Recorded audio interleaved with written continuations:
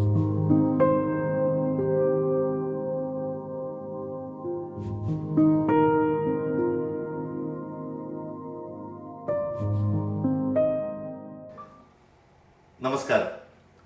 Federation of Malayali associations of Americas FOMAA അമേരിക്കയിലെ 100ഓളം സംഘടനകളുടെ അംബർല അസോസിയേഷനായ ഫോമയുടെ പഴയ മുൻകാല ട്രഷററും വരുന്ന ഫോമ ഇലക്ഷനിലെ ഫോമ പ്രസിഡന്റ് കാൻഡിഡേറ്റുമായ ബിജു തോണിക്കടവിൽ ബേ ഏരിയയിലേക്ക് നമ്മളെ എല്ലാവരെയും കാണാനായിട്ട് എത്തിയിരിക്കുകയാണ്.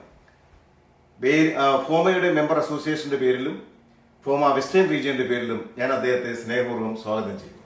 ഒട്ടനവധി വർഷത്തെ പാരമ്പര്യവും പ്രവർത്തന പരിചയവും ഒക്കെ കൂടിയാണ് നിങ്ങൾ ഫോമയുടെ ലീഡർഷിപ്പിലേക്ക് മത്സരിക്കാൻ തീരുമാനിച്ചത്. നിങ്ങളുടെ ഈ തീരുമാനത്തിന്റെ പുറകിലുള്ള ഒരു ചേതോവികാരം എന്താണെന്ന് പറയാൻ പറ്റും? ഞാൻ ഫോമയുമായി ബന്ധപ്പെടുന്നത് എൻ്റെ അസോസിയേഷൻ്റെ പ്രസിഡന്റ് ആയിരുന്ന സമയത്താണ്. അന്ന് ഫോമ നാട്ടിൽ RCC പ്രൊജക്ട് നമുക്ക് എല്ലാവർക്കും അറിയാം, ക്യാൻസർ, തിരുവനന്തപുരം ക്യാൻസർ സെന്ററിൽ ഒരു വലിയ വാർഡ് നിർമ്മിച്ച് നൽകാനുണ്ട്. അങ്ങനെ ഒരു ചാരിറ്റി പ്രവർത്തനം നടത്തുന്ന ഫോമയിലോട്ട് സഹകരിക്കാൻ അന്ന് എനിക്ക് കഴിഞ്ഞു. അന്ന് എൻ്റെ അസോസിയേഷൻ $5,000 കളക്ട് ചെയ്ത് കൊടുത്തുകൊണ്ടാണ് ഞാൻ ഫോമയിലേക്ക് കടന്നു വരുന്നത്. അതിനുശേഷം ഫോമ സൺഷൈൻ റീജിയൻ്റെ റീജിയണൽ ചെയറായിട്ട് എനിക്ക് അവസരം തന്നു. അന്നു മുതൽ ഞാൻ ഫോമയുടെ എല്ലാ പ്രവർത്തനങ്ങൾക്കും അത് കേരളത്തിലാണെങ്കിലും അമേരിക്കയിലെ പല ഭാഗങ്ങളിലാണെങ്കിലും പങ്കെടുത്തുകൊണ്ട് മുന്നോട്ട് വരുന്ന ഒരു വ്യക്തിയാണ്. അത് കഴിഞ്ഞ് ഞാൻ ഫോമ സൺഷൈൻ റീജിയൻ്റെ RVP ആയിട്ട് കടന്നു വന്നു. അത് കഴിഞ്ഞ് എനിക്ക് ഫോമയുടെ ജോയിന്റ് ട്രഷറായിട്ട് അവസരം തന്നു. അത് കഴിഞ്ഞ് ഫോമയുടെ ട്രഷറായിട്ട് എനിക്ക് മത്സരിക്കുവാനും ജയിപ്പിക്കുവാനും എൻ്റെ ഫോമ സുഹൃത്തുക്കൾ എനിക്ക് അവസരം തന്നു. അതിനുശേഷമാണ് ഞാൻ ഫോമ പ്രസിഡന്റ് സ്ഥാനത്തേക്ക് കടന്നു വരുന്നത്. അപ്പോൾ ഈ കാലയളവിൽ ഞാൻ ഉണ്ടാക്കിയ സൗഹൃദം, ഫോമ എന്ന സംഘടനയെക്കുറിച്ച് ഞാൻ പഠിച്ചത്, അതൊക്കെ കൂടി എനിക്ക് ഫോമ പ്രസിഡന്റ് ആയാൽ കുറെ കാര്യങ്ങളിലൂടെ ചെയ്യാൻ സാധിക്കും. എനിക്ക് നല്ല കുറെ സുഹൃത്ത് ബന്ധം ഉള്ളിടത്തോളം കാലം ആ സുഹൃത്തുക്കളെ വെച്ച് അമേരിക്കൻ മലയാളികൾക്കും അതുപോലെ തന്നെ നമ്മുടെ നാട്ടിലെ സുഹൃത്തുക്കൾക്കും എന്തെങ്കിലും നല്ല കാര്യങ്ങൾ ചെയ്യാൻ സാധിക്കും എന്നുള്ള ഉറച്ചൊരു വിശ്വാസമുണ്ട്. കാരണം എൻ്റെ ഈ കാലയളവിൽ എന്നെ ഏൽപ്പിച്ച എല്ലാ കാര്യങ്ങളും ഞാൻ ഭംഗിയായും വ്യക്തമായും സത്യസന്ധമായും സുതാര്യമായും ചെയ്തിട്ടുണ്ടെന്ന് എനിക്ക് 100% ഉറപ്പുണ്ട്. ഞാൻ ഫോമയുടെ സൺഷൈൻ RVP ആയിരുന്നപ്പോൾ യൂത്തിന് വേണ്ടിയും വനിതകൾക്ക് വേണ്ടിയും പിന്നെ നമ്മുടെ സീനിയേഴ്സിന് വേണ്ടിയും ധാരാളം പരിപാടികൾ, യൂത്ത് ഫെസ്റ്റിവൽ അടക്കമുള്ള പരിപാടികൾ ചെയ്തു. നമ്മുടെ ഫ്ലഡ് ഉണ്ടായപ്പോൾ നിങ്ങൾക്കറിയാം, ബേ ഏരിയയിൽ ഒത്തിരി വീടുകൾ തന്നിട്ടുണ്ട്. അതുപോലെ തന്നെ എൻ്റെ റീജിയനിൽ നിന്ന് എനിക്ക് 7 വീടുകൾ ഫോമയ്ക്ക് വേണ്ടി നൽകാൻ സാധിച്ചു. അത് ഒരു വീട് എൻ്റെ അസോസിയേഷനിൽ നിന്ന്. അതുപോലെ തന്നെ കോവിഡ് കാലത്ത് 18 വെന്റിലേറ്റർ നൽകി. കോവിഡ് കാലത്ത് സാന്ത്വന സംഗീതം എന്ന പരിപാടി നടത്തിയപ്പോൾ അന്നത്തെ പ്രസിഡന്റ് എന്നെയാണ് എൻ്റെ ചുമതല ഏൽപ്പിച്ചത്. ഭംഗിയായി ചെയ്യാൻ എനിക്ക് സാധിച്ചു. പിന്നെ കൃഷിപാഠം എന്ന പരിപാടി, ഡോക്ടറോട് ചോദിക്കാവുന്ന പരിപാടി, യൂത്തിന് വേണ്ടി ഡ്രഗ് അവയർനെസ് ക്ലാസ്, അമേരിക്കൻ രാഷ്ട്രീയത്തിനെ കുറിച്ച് ക്ലാസ്സുകൾ, അങ്ങനെ പല കാര്യങ്ങൾ എനിക്ക് റീജിയനിലും മറ്റ് തലത്തിലും ചെയ്യുവാൻ വെച്ചിട്ടുണ്ട്. ഒരു ഫോമ പ്രസിഡന്റായി കടന്നു വരുമ്പോൾ അത് കുറച്ചുകൂടെ നേതൃത്വപരമായി കാര്യങ്ങൾ ചെയ്യാൻ സാധിക്കുമെന്ന് വിശ്വസിക്കുന്നു. അതിന് എനിക്ക് പ്രചോദനമായി എൻ്റെ നല്ല സുഹൃത്തുക്കൾ ഇപ്പം പലരും പറയും, എന്നോട് പലരും നിർബന്ധിച്ചിട്ടാണ്. അത് ഒരു ഭാഗം ശരിയാണ്, എനിക്ക് ആഗ്രഹമുണ്ട്, എനിക്ക് ചെയ്യണമെന്ന് ആഗ്രഹമുണ്ട്. അതുപോലെ തന്നെ ഒട്ടേറെ അനവധി സുഹൃത്തുക്കൾ ഞാൻ കടന്നു വരണമെന്ന് ആഗ്രഹിച്ചുകൊണ്ട് പറഞ്ഞിട്ടുണ്ട്. അവരുടെയൊക്കെ നിർദ്ദേശവും എൻ്റെ ആഗ്രഹവും എല്ലാം കൂടെ കൂടിയാണ് ഞാൻ ഫോമ പ്രസിഡന്റ് സ്ഥാനത്തേക്ക് മത്സരിക്കാൻ ആഗ്രഹിക്കുന്നത്. താങ്ക് യു ബിജു ചേട്ടൻ. വളരെ സന്തോഷമുണ്ട് അങ്ങയെപ്പോലെ ഇത്രയും പ്രവർത്തന പരിചയവും ഫോമയ്ക്ക് വേണ്ടി ഇത്രയും കോൺട്രിബ്യൂഷൻസ് ചെയ്യാൻ സാധിച്ച ഒരാൾ ഈ പദവിയിലേക്ക് കടന്നു വരുന്നതിൽ വലിയൊരു ഉത്തരവാദിത്വം തന്നെയാണത്. ഫോമ എന്ന് പറയുന്നത് അമേരിക്കയിലെയും കാനഡയിലെയും ഇത്രയും 100ഓളം അസോസിയേഷനുകളുടെ ഒരു കൂട്ടായ്മയാണ്. അമേരിക്കൻ മലയാളികളുടെ ജീവിതത്തിൽ ഒത്തിരി പ്രാധാന്യമുള്ള ഒരു ഓർഗനൈസേഷൻ തന്നെയാണ്. വളരെ അഭിമാനമുണ്ട് അങ്ങനെയുള്ള ഏറ്റവും ഫോമയോടുകൂടി ഇത്രയും കാലം നീണ്ടു നിൽക്കുന്ന ഒരു പ്രവർത്തന പരിചയമുള്ള ഒരാൾ എൻ്റെ നേതൃസ്ഥാനത്തേക്ക് കടന്നു വരാൻ താല്പര്യപ്പെടുന്നതിൽ ഒത്തിരി സന്തോഷമുണ്ട്. അങ്ങയുടെ ടീമിനെ ഒന്ന് പരിചയപ്പെടുത്താമോ? അങ്ങയുടെ കൂടെ വളരെ പരിചയസമ്പന്നരായ ടീം മെമ്പേഴ്സ് ആണുള്ളതെന്ന് എനിക്ക് മനസ്സിലാക്കുന്നു. അങ്ങനെ ടീമിനെ ഒന്ന് പരിചയപ്പെടുത്താമോ? തീർച്ചയായും. Thank you Sajana. അപ്പോൾ എനിക്ക് എൻ്റെ ടീമിനെ കുറിച്ച് പറയുമ്പോൾ ആദ്യമായി എനിക്ക് പറയാനുള്ളത്, ഞങ്ങളുടെ ടീം അല്ല നമ്മുടെ ടീം എക്സ്പീരിയൻസ് എന്നുള്ള കാര്യം, പ്രവർത്തന പരിചയം കൊണ്ട് നിബിഡമാണ്. അതുകൊണ്ട് ആ ഒരു എക്സ്പീരിയൻസ് എന്ന് പറയുന്നത് ഏത് സംഘടനയാലും ഏത് പ്രസ്ഥാനമാണെങ്കിലും ഏറ്റവും വലുതാണ്. അതിൽ നമ്മൾ സമ്പുഷ്ടമാണ്. കാരണം നമ്മുടെ കൂടെ ജനറൽ സെക്രട്ടറി ആയിട്ട് മത്സരിക്കുന്ന പോൾ പി ജോസ്, ന്യൂയോർക്കിൽ നിന്നുള്ളത്. പോള് ഫോമയുടെ RVP ആയിരുന്നു. അതിന് മുമ്പ് ധാരാളം കമ്മിറ്റികൾ പ്രവർത്തിച്ചിട്ടുണ്ട്, അസോസിയേഷന്റെ പ്രസിഡന്റ് ആയിട്ടുണ്ട്. ഇപ്പോഴത്തെ കറന്റ് ജോയിന്റ് സെക്രട്ടറിയാണ്. ഈ 2 പൊസിഷൻ വഹിച്ച് അദ്ദേഹത്തിനുള്ള പ്രവർത്തന പരിചയം തീർച്ചയായും ജനറൽ സെക്രട്ടറി എന്ന നിലയിൽ അദ്ദേഹത്തിന് ശോഭിക്കാൻ സാധിക്കുമെന്ന് എനിക്ക് 100% വിശ്വാസമുണ്ട്. അങ്ങനെയാണ് അദ്ദേഹം ഈ ടീമിന്റെ കൂടെ ടീം വോയിസ് ഓഫ് ഫോമയുടെ കൂടെ ജനറൽ സെക്രട്ടറിയാണ് കണ്ടത്. പ്രദീപ് നായർ ഫോമയുടെ തുടക്കം മുതൽ ഉള്ള ഒരു വ്യക്തിത്വമാണ് അദ്ദേഹം ഫോമയുടെ നാഷണൽ കമ്മിറ്റി മെമ്പർ RVP. കഴിഞ്ഞ ടൈമിൽ ഞാനും അദ്ദേഹത്തിനോട് എനിക്ക് അദ്ദേഹം വൈസ് പ്രസിഡന്റ് ആയിരുന്ന സമയത്ത് എനിക്ക് ജോയിന്റ് ട്രഷററായിട്ട് വർക്ക് ചെയ്യാൻ സാധിച്ചിട്ടുണ്ട്. അന്ന് ഫോമ ഏറ്റെടുത്ത് നടത്തിയ ഏറ്റവും വലിയൊരു പരിപാടിയായിരുന്നു ഫോമ ഹെൽപ്പിംഗ് ഹാൻഡ്. അതിന് ചുക്കാൻ പിടിച്ചത് അന്നത്തെ പ്രസിഡന്റ് അദ്ദേഹത്തെയാണ് അത് ചുക്കാൻ പിടിക്കാൻ ഏൽപ്പിച്ചത്. അത് വളരെ ഭംഗിയായി ചെയ്തു. അത് ഇന്നത്തെ കമ്മിറ്റി തുടർന്നു പോകുന്നു എന്നുള്ളത് ഞങ്ങൾക്ക് അഭിമാനിക്കാവുന്ന കാര്യം. അതാണ് അദ്ദേഹത്തിന്റെ ആ എക്സ്പീരിയൻസ് ആണ് വേറൊന്ന് ഒരു മുതൽക്കൂടി. ഈ രണ്ട് പേരും എക്സിക്യൂട്ടീവ് കമ്മിറ്റിയിൽ വർക്ക് ചെയ്തിട്ടുള്ള വ്യക്തികളാണ്. തീർച്ചയായും എക്സിക്യൂട്ടീവ് ഓഫീസേഴ്സായി കടന്നു വരാൻ എന്തുകൊണ്ടും അർഹതയുള്ളവരാണ് അവർ രണ്ടുപേരാണ്. ബാക്കി 3 പേരെ കുറിച്ച് പറയുമ്പോൾ സാമേൽ മത്തായിയാണ് വൈസ് പ്രസിഡന്റ് ഇരിക്കുന്നത് ഡാളസിംഗിൽ. അദ്ദേഹം ഫോമയുടെ നാഷണൽ കമ്മിറ്റി മെമ്പറാണ്. ഇപ്പൊ ലാംഗ്വേജ് ആൻഡ് എഡ്യൂക്കേഷൻ കമ്മിറ്റിയുടെ ചെയർമാനാണ്.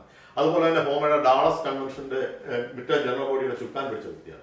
അദ്ദേഹത്തിന്റെ പ്രവർത്തന പരിചയം, ആ കൺവെൻഷൻ വിജയിപ്പിക്കാൻ അദ്ദേഹം കാണിച്ചു കഴിയും, അതൊക്കെ നമുക്ക് ഫോമയ്ക്ക് ഉപയോഗിക്കാൻ പറ്റുമെന്നുള്ള മുതൽക്കൂട്ടിലാണ് നമ്മുടെ പുതിയ വൈസ് പ്രസിഡന്റ് ആയിട്ട് ഈ ടീമിലൂടെ കണ്ടത്. പിന്നെ ഏറ്റവും അഭിമാനത്തോടെ പറയാവുന്ന ഒരു വ്യക്തിയാണ് ഡോക്ടർ മഞ്ജു പിള്ള. ഫോമയുടെ ചരിത്രത്തിൽ ഒരു ഡോക്ടർ, ഒരു ഫിസിഷ്യൻ ഫോമയ്ക്ക് വേണ്ടി കുറെ സമയം ചെലവഴിക്കാൻ മുന്നോട്ട് വരുന്നു എന്ന് പറയുന്ന അഭിമാനത്തിന്റെ ഉന്നതിയിൽ നിൽക്കുന്ന ഒരു കാര്യമാണ്. അപ്പോൾ ഡോക്ടർ മഞ്ജുവിനെ കുറിച്ച് പറയുമ്പോൾ കോവിഡ് കാലത്ത് അമേരിക്കൻ മലയാളികൾക്ക് മാത്രമല്ല നോർത്ത് ഇന്ത്യക്കാർക്കും ഇവിടുത്തെ ഉള്ള ആൾക്കാർക്കും വേണ്ടി ഓരോ വീടുകളിൽ പോയി സേവനം ചെയ്ത ഒരു വ്യക്തിത്വമാണ്. അദ്ദേഹത്തിന്റെ പേര് ICU വരെ ആയിട്ടുണ്ടെന്നാണ് ഞാൻ കേൾക്കുന്നത് ഡോക്ടർ മഞ്ജു. അതുപോലെ തന്നെ അന്ന് തുടങ്ങിയ ഹോമയുടെ സീനിയേഴ്സിന് വേണ്ടി എക്സസൈസ് ക്ലാസ്, കുട്ടികൾക്ക് വേണ്ടി സൂംബ ക്ലാസ്, അങ്ങനെ പല കാര്യങ്ങളും ഐഡിയ ഉള്ള ഒരു വ്യക്തിത്വമാണ്. ആ മഞ്ജുവാണ് നമുക്ക് വേണ്ടി ജോയിന്റ് സെക്രട്ടറി ആയിട്ട് നടത്തുന്നത്. പിന്നെ ജോയിന്റ് ട്രഷററായിട്ട് കടന്നു വരുന്നത് ജോൺസൺ കണ്ണൂക്കാടാണ്. ജോൺസൺ കണ്ണൂക്കാടൻ ഷിക്കാഗോ മലയാളി അസോസിയേഷന്റെ പ്രസിഡന്റായി ഫോമയുടെ നാഷണൽ കമ്മിറ്റി മെമ്പറായിട്ടുണ്ട്. ഇപ്പൊ ഫോമയുടെ കറണ്ട് RVP ആണ്. അദ്ദേഹം ഷിക്കാഗോ മലയാളി അസോസിയേഷന്റെ പ്രസിഡന്റ് ആയിരുന്ന സമയത്ത് തുടങ്ങിയ ചാരിറ്റി പ്രവർത്തനങ്ങളാണ് വീടുകൾ വെക്കുക. അതിൽ നിന്ന് 31 വീടുകളിൽ എത്തിക്കുന്നു. ചാരിറ്റി പ്രവർത്തനങ്ങൾക്ക് വളരെ മുൻതൂക്കം കൊടുക്കുന്ന, അത് ഏൽക്കുന്ന കാര്യം ഭംഗിയായി ചെയ്യുന്ന ഒരു വ്യക്തിയാണ് നമ്മുടെ ജോൺസൺ കണ്ണൂക്കാടൻ. അങ്ങനെ ഞങ്ങള് എക്സ്പീരിയൻസ് ഉള്ളതും പ്രവർത്തന പരിചയം, അത് ചുമ്മാ അത് വാക്കിക്കൂടില്ല, പ്രവർത്തിച്ച് കാണിച്ചിട്ടുള്ളവരാണ്. അങ്ങനെയുള്ള നല്ലൊരു ടീമാണ് ടീം വോയിസ് ഓഫ് ഫോമ എന്ന നിലയിൽ ഞങ്ങൾ ഒന്നിച്ച് അടുത്ത ഫോമയുടെ കൺവെൻഷനിൽ നടക്കുന്ന ഇലക്ഷനിലേക്ക് ഫോമയുടെ സാരഥ്യമായി കേൾക്കാൻ മുന്നോട്ട് വന്നിരിക്കുന്നു. പ്രവർത്തന പരിചയം ഒരു കമ്മ്യൂണിറ്റി ഓർഗനൈസേഷനെ സംബന്ധിച്ചിടത്തോളം വളരെ ഇമ്പോർട്ടൻ്റ് ആണ്. നിങ്ങൾക്ക് എല്ലാവർക്കും ഞാൻ വിജയാശംസകൾ നേരുന്നു. മുന്നോട്ടുള്ള പാതയിൽ നിങ്ങളുടെ ടീമിന് ഫോമ ഒരു അവസരം തരികയാണെങ്കിൽ, നിങ്ങൾക്കറിയാം നമുക്ക് ഏറ്റവും ആവശ്യമായി വരുന്നത് അടുത്ത ജനറേഷനെ എങ്ങനെ നമ്മുടെ ഓർഗനൈസേഷനുമായിട്ട് അടുപ്പിക്കുക, അവരെ എങ്ങനെ ഇതിനകത്ത് അവരുടെ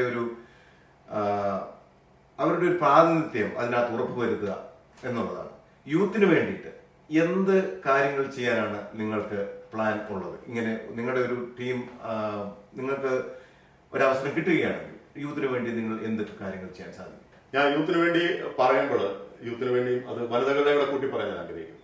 ഞാൻ ഫോമ സൺഷൈൻ റേഞ്ചിന്റെ RVP ആയിരുന്ന സമയത്ത് യൂത്തിന് വേണ്ടിയും വനിതകൾക്കും വേണ്ടി ഞാനൊരു ഡ്രഗ് അവയർനെസ് ക്ലാസ് നടത്തി. അത് ഇപ്പോഴത്തെ കാലഘട്ടം അത്യാവശ്യമാണ്, നമ്മുടെ റീജിയനുകളിലോ അസോസിയേഷനിലോ ആവശ്യമായിട്ട് കാര്യം.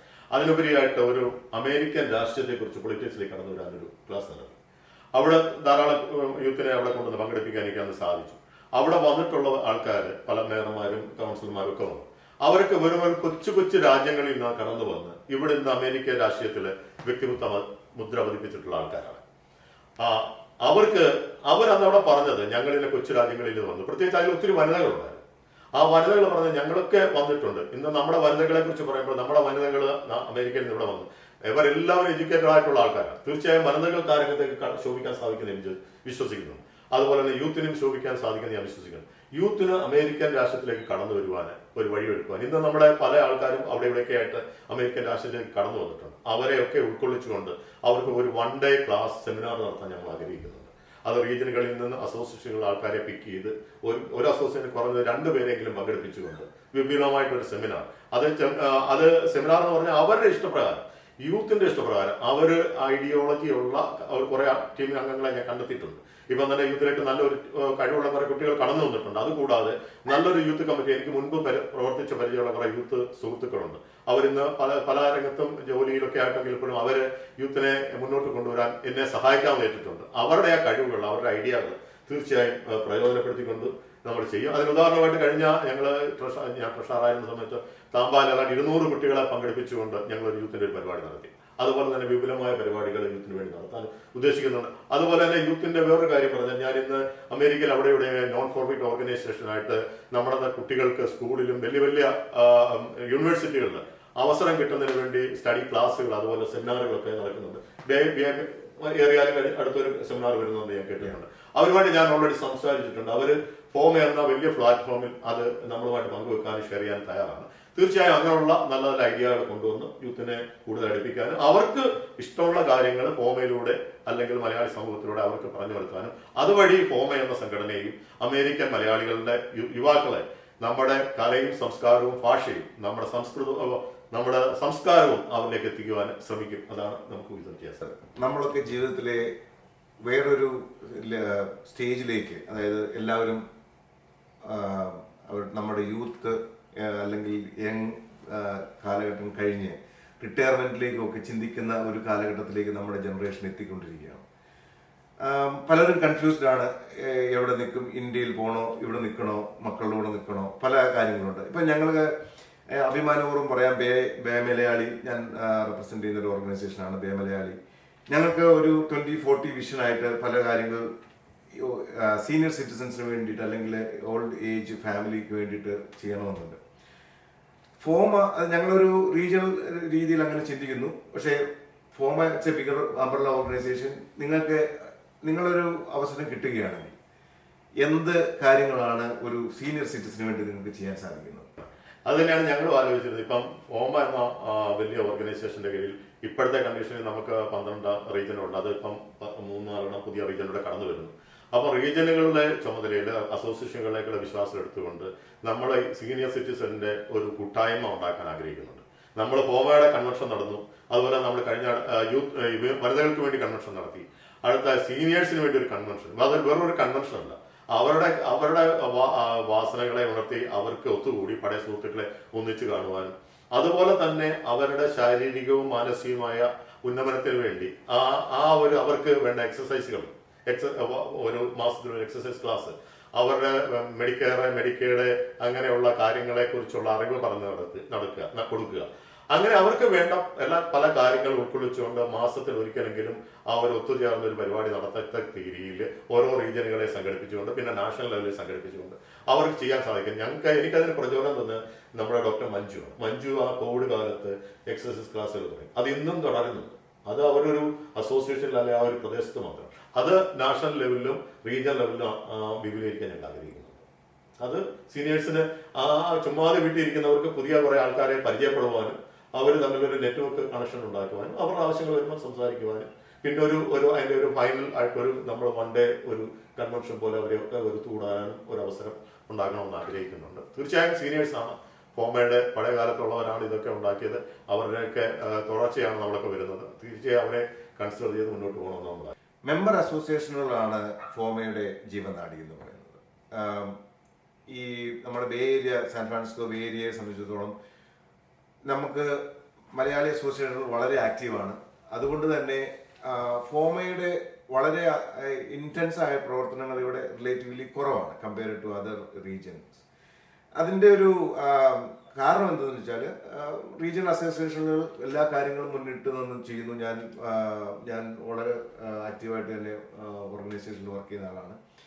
അപ്പോൾ ഫോമയും ഈ മെമ്പർ അസോസിയേഷനുകളും തമ്മിലുള്ള ഒരു റിലേഷൻഷിപ്പ് എങ്ങനെ മെയിൻറ്റെയിൻ ചെയ്യണമെന്നാണ്. അതായത് ഈ പ്രവർത്തനങ്ങൾ നമ്മൾ എങ്ങനെയാണ് അത് ഒരു കോൺഫ്ലിക്റ്റ് ഇല്ലാതെ, അതായത് മെമ്പർ അസോസിയേഷനുകൾ ചെയ്യുന്ന പ്രവർത്തനങ്ങൾ ഫോമ ചെയ്യാതിരിക്കുകയും അങ്ങനെ ഒരു പരസ്പര പൂരകമായിട്ട് എങ്ങനെ ഫോമയ്ക്കും മെമ്പർ അസോസിയേഷനുകൾക്കും ഒരുമിച്ച് വർക്ക് ചെയ്ത് നമ്മുടെ മലയാളി കമ്മ്യൂണിറ്റിക്ക് അതൊരു പ്രയോജനമായിട്ട് തീർക്കാൻ സാധിക്കും എന്നുള്ളതാണ് നിങ്ങളുടെ ഒരു കാഴ്ചപ്പാട്.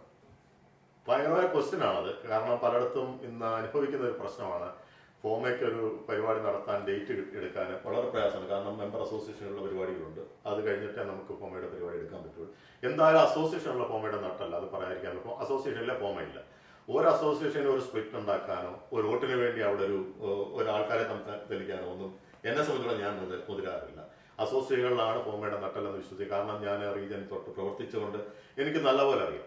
ആ അസോസിയേഷനുകളിൽ ഉണ്ടാകുന്ന സൗഹൃദങ്ങളാണ് ഫോമയുടെ മുന്നോട്ടുള്ള കുതിപ്പിന് ബലമേകുന്നത്. അതാണ് എന്നെ സംബന്ധിച്ചോളം എൻ്റെ ആ സൗഹൃദമാണ് എനിക്ക് മുന്നോട്ടുള്ള കുതിപ്പിന് ഇത്രയും കാലം എന്നെ സഹായിച്ചിട്ടുള്ളതും നാളെ എന്നെ സഹായിക്കും ഞാൻ പ്രതീക്ഷിക്കുന്നതും ആ സൗഹൃദം മാത്രമാണ്.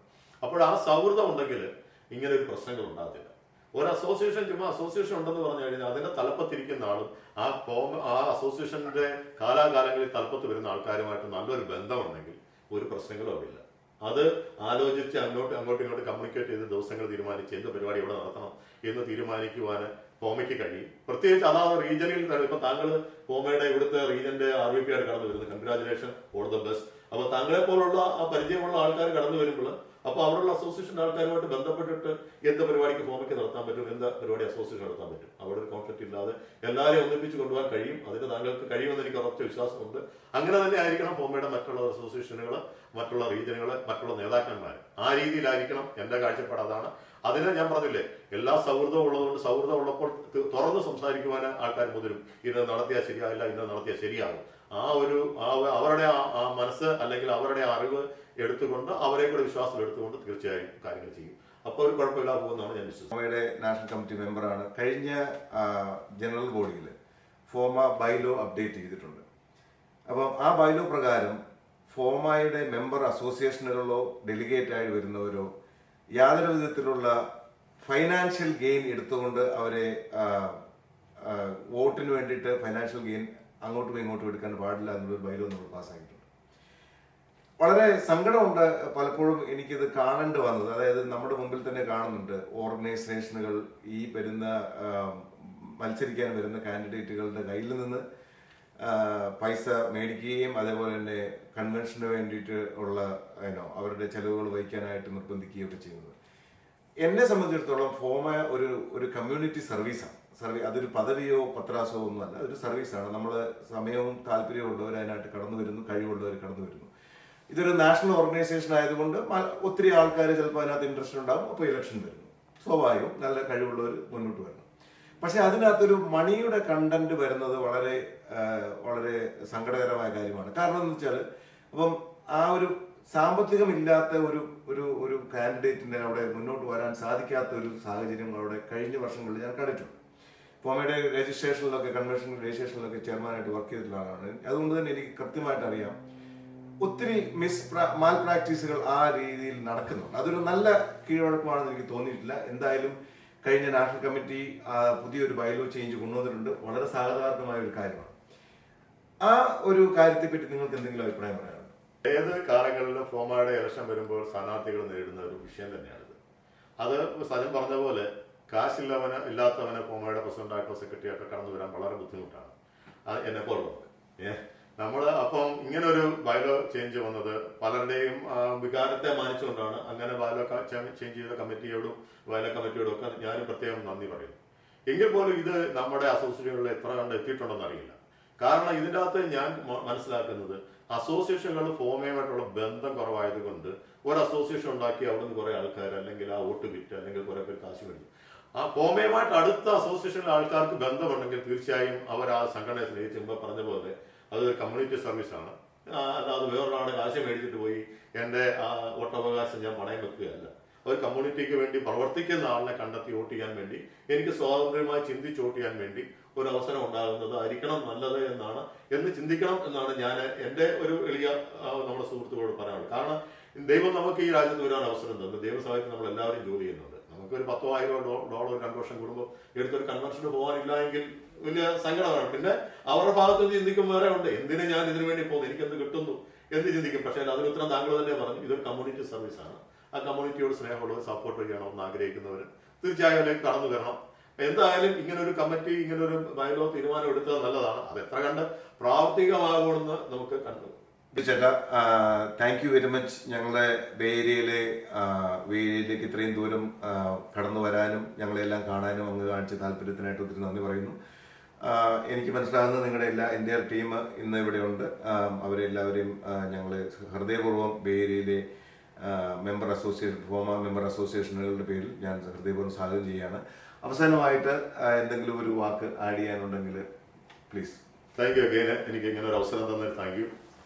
എനിക്ക് അമേരിക്കൻ മലയാളികളോട് പറയുവാനുള്ളത്, വരുംകാലങ്ങളിലുള്ള ഫോമയുടെ പ്രവർത്തനങ്ങൾ ടീം വോയിസ് ഓഫ് ഫോമയ്ക്ക് ഒരു അവസരം തരികയാണെങ്കിൽ സത്യസന്ധമായും സുതാര്യമായും ധാർമ്മിക മൂല്യങ്ങളെ ഉയർത്തിപ്പിടിച്ചുകൊണ്ട് എല്ലാവർക്കും വിശ്വസനീയമാം വിധം സമഗ്രമായി നവീകരിച്ച് നടപ്പാക്കുവാൻ ടീം വോയിസ് ഓഫ് ഫോമ പ്രതിജ്ഞാബദ്ധമാണ്. അതിന് ഞങ്ങളെ പ്രാപ്തരാക്കുന്നത് ഞങ്ങളുടെ പ്രവർത്തന പരിചയമാണ് ഞങ്ങളുടെ മുതൽക്കൂട്ട്. ഞാൻ മുമ്പേ പറഞ്ഞ പോലെ 6 പേരും പ്രവർത്തിച്ച് പരിചയമുള്ളവർ മാത്രമല്ല, അത് പ്രൂവ് ചെയ്തിട്ടുള്ളവരുമാണ്. പ്രവർത്തന പരിചയം ഉള്ള ഈ സുഹൃത്തുക്കളുമായിട്ടാണ് ടീം വോയിസ് ഓഫ് ഫോമ നിങ്ങളുടെ മുന്നിൽ വരുന്നത്. തീർച്ചയായും ഗ്രൂപ്പുകൾക്ക് അതീതമായി ഫോമ എന്ന വലിയ സംഘടനയെ അമേരിക്കൻ മലയാളികളുടെ ഉന്നമനത്തിനും നമ്മുടെ നാട്ടിലെ സുഹൃത്തുക്കളുടെ ഉന്നമനത്തിനും വേണ്ടി ഒന്നിച്ചു കൊണ്ടുപോകാൻ നിങ്ങൾ ഞങ്ങളെ സഹായിക്കണം. നിങ്ങളുടെ വിലയേറിയ സമ്മതിദാനാവകാശം ഞങ്ങൾക്ക് നൽകിയ അടുത്ത ഫോമ തെരഞ്ഞെടുപ്പിൽ ഞങ്ങളെ സഹായിക്കണം. നിങ്ങളുടെ പ്രാർത്ഥനയും സഹായവും സപ്പോർട്ടും പ്രതീക്ഷിച്ചുകൊണ്ട് നിർത്തുന്നു. Thank you so much. Thank you.